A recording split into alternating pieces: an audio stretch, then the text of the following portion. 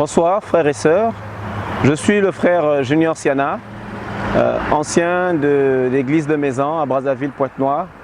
Et je vous souhaite encore la bienvenue dans ces émissions télé-internet qui est l'objectif d'un groupe de chrétiens nés de nouveau qui s'intitule Parlant.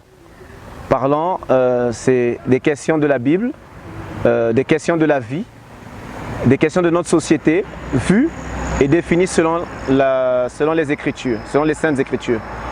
Alors ce soir, nous allons aborder un thème qui se tient dans Matthieu 5, verset 17, qui est une question assez brûlante au niveau des chrétiens, sur la question à savoir, est-ce que Jésus est-il venu effectivement abolir la loi ou l'accomplir?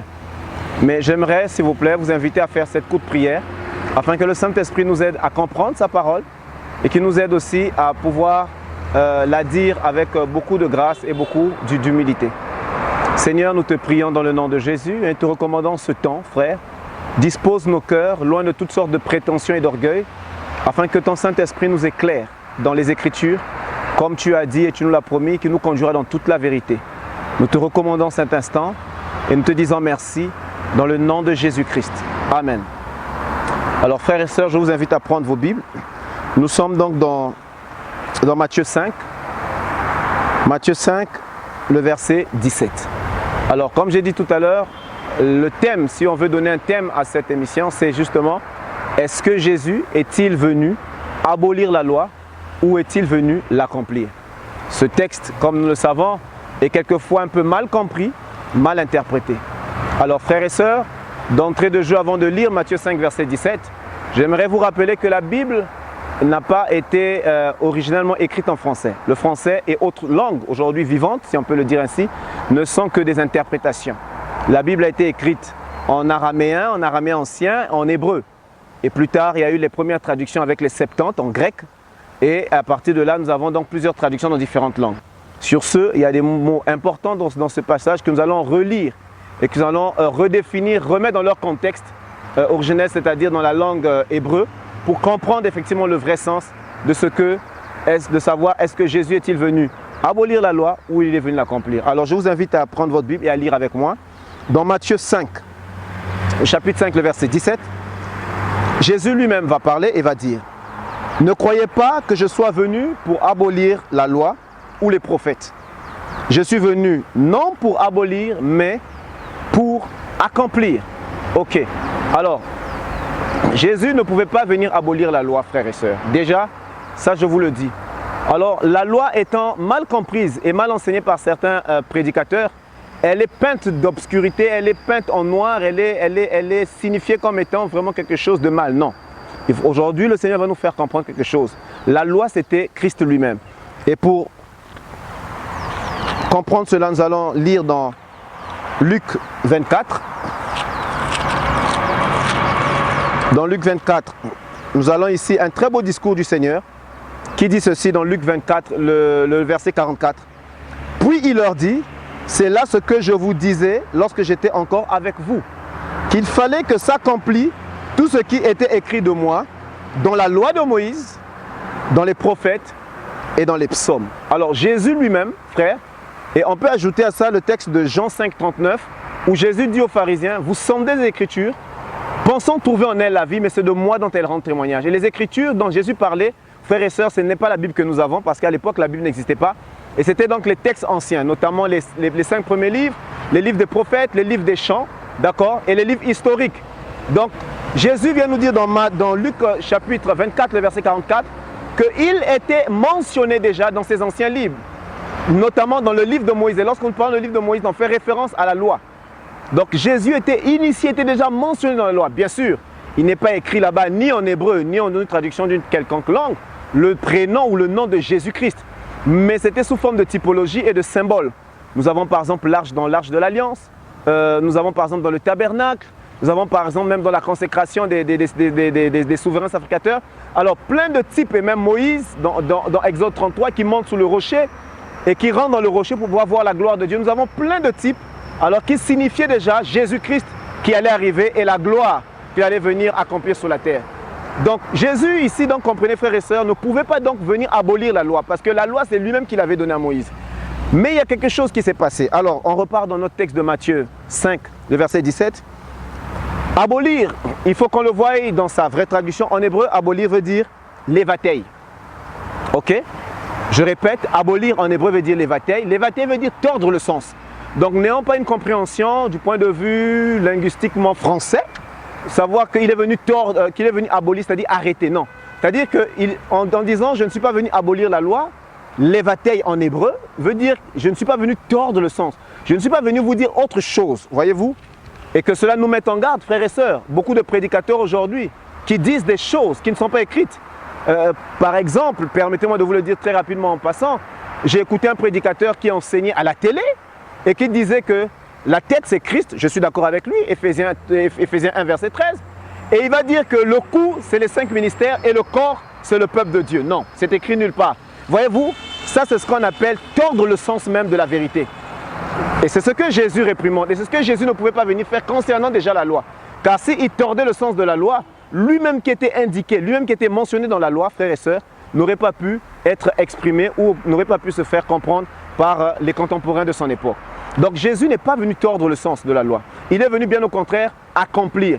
Alors accomplir aussi dans son sens hébreu veut dire l'ekaem. L'ekaem est une expression très ancienne que utilisaient les Juifs lors des réjouissances qui s'apparente à celle que nous faisons aujourd'hui lorsque nous prêtons un vœu. Voyez, lorsque nous partageons un mets ou une boisson et que nous disons à la tienne, eh bien eux ils disaient l'ekaem, qui veut dire à la vie. Et donc Jésus emploie cette expression, on s'entend bien sûr, pour dire qu'il n'est pas venu abolir, donc n'est pas venu tordre le sens de la loi, mais il est venu l'accomplir. Donc il est venu tout simplement emmener la loi à la vie. Parce que justement il y avait un problème. Lorsque Jésus vient, frères et sœurs, il est confronté à un problème. Le problème est que les pharisiens qui étaient les détenteurs de la loi avaient gardé pour eux la loi et aussi tous les passages et tous les indicateurs de la loi qui pouvaient mettre en évidence la personne de Jésus-Christ en tant que Messie. Parce qu'ils l'ont reconnu en tant que prophète, mais ils ne l'ont pas reconnu en tant que Messie. Et jusqu'aujourd'hui, ils attendent encore le Messie. Et pour cela, je vous invite à lire des textes historiques et même bibliques qui parlent de la Pâque juive.